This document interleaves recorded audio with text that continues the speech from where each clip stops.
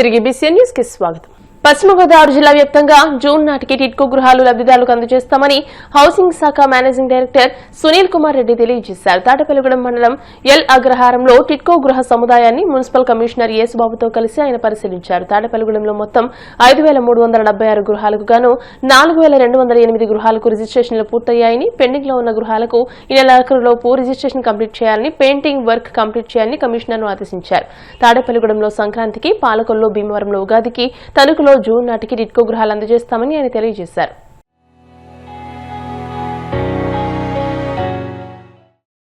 తాడేపల్లిగూడెంలో ఉన్న మన టిట్కో లేఅవుట్ సంబంధించి infra and construction status review చేయడానికి ఒకసారి విజిట్ చేయడం జరిగింది. సో ఈ లేఅవుట్ దాదాపుగా 5400 హౌసెస్ ఉన్నాయి. సో దాంట్లో కొన్ని హౌసెస్ ఇంకా పెండింగ్ ఉన్నాయి, కన్స్ట్రక్షన్ ఇన్ఫ్రా వర్క్ ఉంది, పెండింగ్ ఉండింది. సో మనము సంక్రాంతి కల్లా మొత్తం ఈ లేఅవుట్ లో ఉన్న వర్క్స్ అన్ని కంప్లీట్ చేసి, ఎగ్జిస్టింగ్ హౌసెస్ కంప్లీట్ అయిన వాటిలో కూడా ఏమైనా ఇష్యూస్ ఉంటే అవన్నీ ఫిక్స్ చేసి సంక్రాంతికి ఫుల్ ఫ్లెడ్జ్డ్ గా ఈ లేఅవుట్ ని బెనిఫిషరీస్ కి హ్యాండ్ ఓవర్ చేయడం జరుగుతుంది. సో దానికి కావాల్సిన అదర్ యాక్టివిటీస్ ఏదైతే పెండింగ్ అలాట్మెంట్స్ ఉన్నాయో, రీ అలాట్మెంట్స్ ఏదైనా ఉన్నా, అండ్ ఆల్సో ఎక్కడైతే బెనిఫిషరీ కాంట్రిబ్యూషన్ లోన్స్ ఏమైనా పెండింగ్ ఉంటాయి కూడా వాటిని త్వరితగతిన కంప్లీట్ చేసి బెనిఫిషరీస్ కి రిజిస్ట్రేషన్ చేసి హ్యాండ్ ఓవర్ చేయాల్సిందిగా కమిషనర్ కూడా రిక్వెస్ట్ చేశాను. So with in this 1 month ఈ పెండింగ్ ప్రాసెస్ ఏదైతే ఉంటే అది కంప్లీట్ చేసుకుంటాము. అండ్ ఆల్సో కన్స్ట్రక్షన్ కూడా వేగంగా కంప్లీట్ చేసి సంక్రాంతికి full fledged layout hand over చేయాలనేది మా ప్రణాళిక. So going in the direction and సంక్రాంతికి విత్ ఎమ్మెల్యే గారు and others will be inaugurating the rest of the houses. That is the plan. Thank you. 4 లేఅవుట్లు ఉన్నాయండి మనకి: తణుకు, భీమవరం, తాడేపల్లిగూడెం అండ్ పాలకొల్లు. సో దానికి సంబంధించి తణుకులో ఇంకా చాలా వరకు పెండింగ్ ఉంది, బట్ వర్క్ మొబిలైజేషన్ స్టార్ట్ అయింది. అక్కడ కాంట్రాక్టర్ మొత్తం మొబిలైజ్ చేశారు. దాన్ని మనం జూన్ కి హ్యాండ్ ఓవర్ చేయడం జరుగుతుంది తణుకుది. మిగతా పాలకొల్లు అండ్ భీమవరం సంబంధించి అది కూడా వర్క్ స్టార్ట్ అయింది.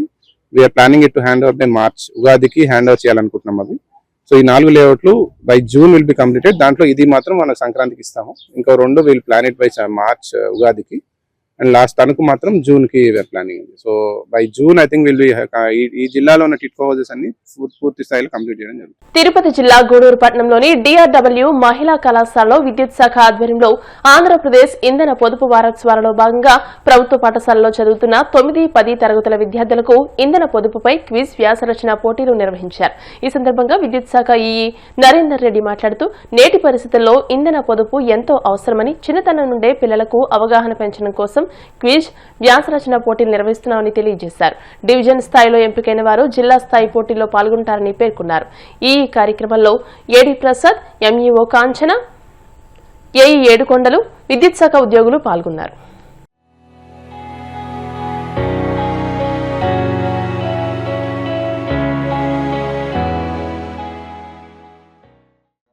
వారోత్సవాల సందర్భంగా డిసెంబర్ 14 నుంచి 21 వరకు ఆ వారోత్సవాలు జరిగే దాంట్లో భాగంగా ఈరోజు గూడూరు డివిజన్ పరిధిలో ఈ ప్రభుత్వ పాఠశాలల విద్యార్థులకు 9, 10వ తరగతి విద్యార్థులకి క్విజ్ కాంపిటీషన్, వక్తృత్వం, డ్రాయింగ్ మరియు వ్యాసరచన పోటీలు నిర్వహించి ఈ డివిజన్ లెవెల్లో సెలెక్ట్ అయిన విద్యార్థుల్ని తిరుపతి జిల్లా లెవెల్కి పంపించడము. జిల్లా అన్నింటిలో జిల్లాల్లో టాప్ లో వచ్చిన టీమ్స్ అన్ని కూడా ఏపీ SPDCL పరిధిలోని జిల్లాలన్నింటిలో పోటీలు నిర్వహించి అవన్నీ కూడా 20వ తేదీకి మా chairman and managing director, AP SPDCL chairman and managing director గారి ద్వారా వాళ్ళందరికీ బహుమతి ప్రదానోత్సవం చేయడానికి, ప్రత్యేకించి విద్యార్థుల్లో కానీ ప్రజల్లో కానీ ఈ ఇంధన పొదుపు ఆవశ్యకత, ఇంధన పొదుపు యొక్క నేటి అవసరం దీన్ని గుర్తించేలాగా అందరికీ అవేర్నెస్ కలిగించాలనే ఉద్దేశంతో ప్రభుత్వం ప్రవేశపెట్టిన ఈ కార్యక్రమాన్ని మా డిపార్ట్మెంట్ ద్వారా, అంటే ఏపీ SPDCL ద్వారాను విద్యాశాఖ వారి సౌజన్యంతో, దాంట్లో ఎంఈఓ గారు, డిప్యూటీ ఈఓ గారు అంతా కూడా మాకు సహకరించి ఈ కార్యక్రమాన్ని ఈ DRW కాలేజీలో ప్రాంగణంలో నిర్వహిస్తున్నాము. దీంట్లో బహుమతులు వచ్చిన విద్యార్థులందరినీ కూడా తిరుపతికి పంపించడం జరుగుతుంది. జిల్లా రాష్ట్రంలో స్క్రబ్ టైఫస్ వ్యాధి అధికమవుతుందని దీని పట్ల ప్రజలు అప్రమత్తంగా ఉండాలని వైసీపీ కడప జిల్లా వైద్య విభాగం అధ్యక్షుడు డాక్టర్ నాగార్జున రెడ్డి సూచించారు. ఈ వ్యాధి నివారణకు ప్రభుత్వం తక్షణమే చర్యలు వేగవంతం చేయాలని కోరారు. కడప నగరంలోని వైసీపీ కార్యాలయంలో ఏర్పాటు చేసిన మీడియా సమావేశంలో ఆయన మాట్లాడుతూ స్క్రబ్ టైఫస్ వ్యాధి పట్ల ప్రజలందరూ అప్రమత్తంగా ఉండాలని, ఈ వ్యాధి సోకితే ఎలాంటి లక్షణాలు ఉంటాయో ఆయన వివరించారు. దోమ ఆకారంలో ఉండే ఓ పురుగు వైరస్ వ్యాప్తికి కారణమని అన్నారు. ఇలాంటి వ్యాధి సోకిన వారికి ప్రభుత్వం వెంటనే తగిన చికిత్సను ప్రతి ఆసుపత్రిలో ఏర్పాటు చేయాలని కోరారు. గత కొన్ని వారాలుగా మన రాష్ట్రంలో స్క్రబ్ టైఫస్ అనేటువంటి ఒక కీటక జ్వరం వ్యాప్తి చెందుతూ ఉంది. రోజు రోజుకి కేసుల సంఖ్య పెరుగుతూ ఉంది. సో దీని గురించి ప్రజలకు ఒక అవగాహన కల్పిస్తూ ప్రభుత్వానికి కూడా మా ప్రతిపక్షం తరపున ఒక నిర్మాణాత్మక సలహా ఇవ్వాలని చెప్పి కార్యక్రమం చేయడం జరుగుతూ ఉంది. ఈ స్క్రబ్ టైఫస్ అనేటువంటిది ఒక బ్యాక్టీరియా సంబంధించినటువంటి ఇన్ఫెక్షను. షుగర్ మైట్ అనేటువంటి ఒక నల్లిని పోలినటువంటి ఒక రకమైన కీటకం ద్వారా వ్యాప్తి చెందుతుందన్నమాట. ఇక్కడ కనిపించేది ఈ షుగర్ మైట్. సో ఇది వచ్చేసి ఎక్కువ గుబురు పొదల్లో ఉంటుంది, నివాసంగా ఉంటుంది అనమాట. సో ఇది అంటే వర్షాలు పడిన తర్వాత ఏమవుతుందంటే చెట్ల పొదలు అనేటువంటి పెరుగుతాయి. ఆ చెట్ల పొదలు పెరగడం వల్ల ఆ పొదల్లో వీటి వ్యాప్తి కూడా ఎక్కువ అవుతుంటుంది. ఇవి ఏమవుతుందంటే మనం ఆ పిల్లలు కానీ లేదా చెట్లకు సంబంధించి ఆ పొదల దగ్గరికి వెళ్ళినప్పుడు అవి మన శరీరం మీద పాకి ఎక్కడైతే క్రీజెస్ అంటారు కదా, ఈ పాగాల్లో సంకల్లో కానీ ఇక్కడ మెడల భాగంలో కానీ గ్రాయిన్స్ అంటే ఇక్కడ తొడల భాగం మధ్యలో అలాంటి ప్రదేశాల్లో దాగి ఉండి అవి కుడతాయి అన్నమాట. అవి కుట్టిన తర్వాత ఒక రకమైన పుండు అనేటువంటిది ఏర్పడుతుంది. దీన్ని ఎష్కార్ అంటారనమాట. ఈ రకమైన ఒక పుండు లాంటి క్రియేట్ చేస్తుంది ఆ షుగర్ మైట్ పుట్టిన ప్రాంతంలో.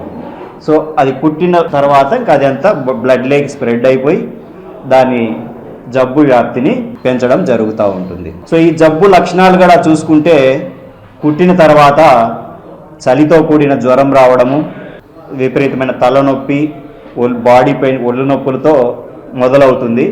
దాన్ని ఇది గుర్తించిన తర్వాత ఈ జ్వరం వచ్చిన వెంటనే ప్రజలు ఏంటంటే డాక్టర్ దగ్గరికి వెళ్ళి ఈ విధంగా ఉంది అని వెంటనే ఇమీడియట్గా ట్రీట్మెంట్ తీసుకుంటే దాని కాంప్లికేషన్స్ నుంచి మనం తప్పించుకోవడానికి వీలవుతుందన్నమాట.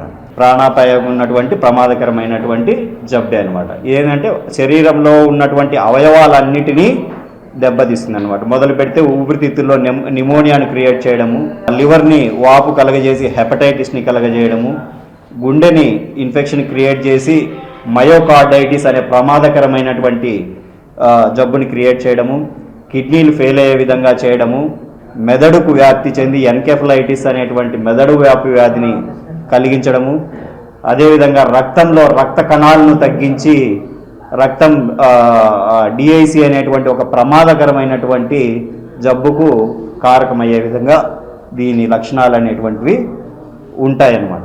సో దాన్ని మనము ఎర్లీగా గుర్తించి దానికి తగిన ట్రీట్మెంట్ ఇస్తే అది ట్రీట్మెంట్ కూడా ఎక్స్పెన్సివ్ కాదు, అంటే చాలా సింపుల్ ట్రీట్మెంటే అనమాట ఉన్న ట్రీట్మెంట్ కూడా.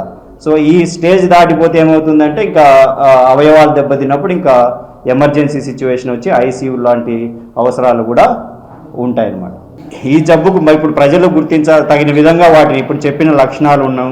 అదేవిధంగా ఇంటి పరిసర ప్రాంతాల్లో వాళ్ళు ఏ విధంగా అయితే గుబురుగా ఉండే చెట్లు ఉన్నాయో, అదేవిధంగా ఎలుకలు తిరిగే విధంగా ఎక్కువగా ఉన్నప్పుడు వాటిని గుర్తించి వెంటనే వాటిని శుభ్రపరచుకోవడము, అలాంటి పుండ్లు కానీ ఏమైనా లక్షణాలు ఉంటే వెంటనే డాక్టర్ని సంప్రదించడము లాంటి చేయాల్సి ఉంటుంది. తెలంగాణ ముఖ్యమంత్రి రేవంత్ రెడ్డితో ఉత్తరప్రదేశ్ మాజీ ముఖ్యమంత్రి సమాజ్వాదీ పార్టీ అధ్యక్షుడు అఖిలేష్ యాదవ్ మర్యాదపూర్వకంగా సమావేశమయ్యారు.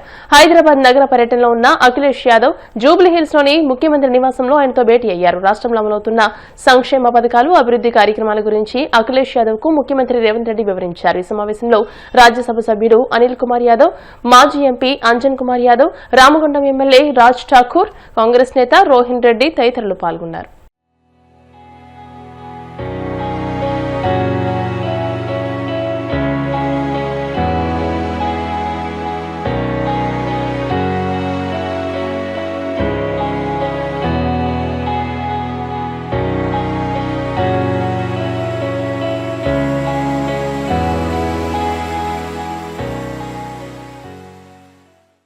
వార్తలు ముగించే ముందు ముఖ్యాంశాలు మరోసారి. వైజాగ్ ఎకానమీ రీజియన్ పై సీఎం చంద్రబాబు సమీక్ష. 2032 నాటికి 125 నుండి 135 బిలియన్ డాలర్ల ఆర్థిక వ్యవస్థగా తీర్చిదిద్దడమే లక్ష్యమని వెల్లడి.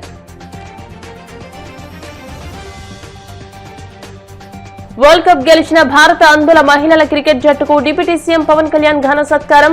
ఒక్కో క్రీడాకారునికి 5 లక్షల రూపాయల చెక్ అందజేత.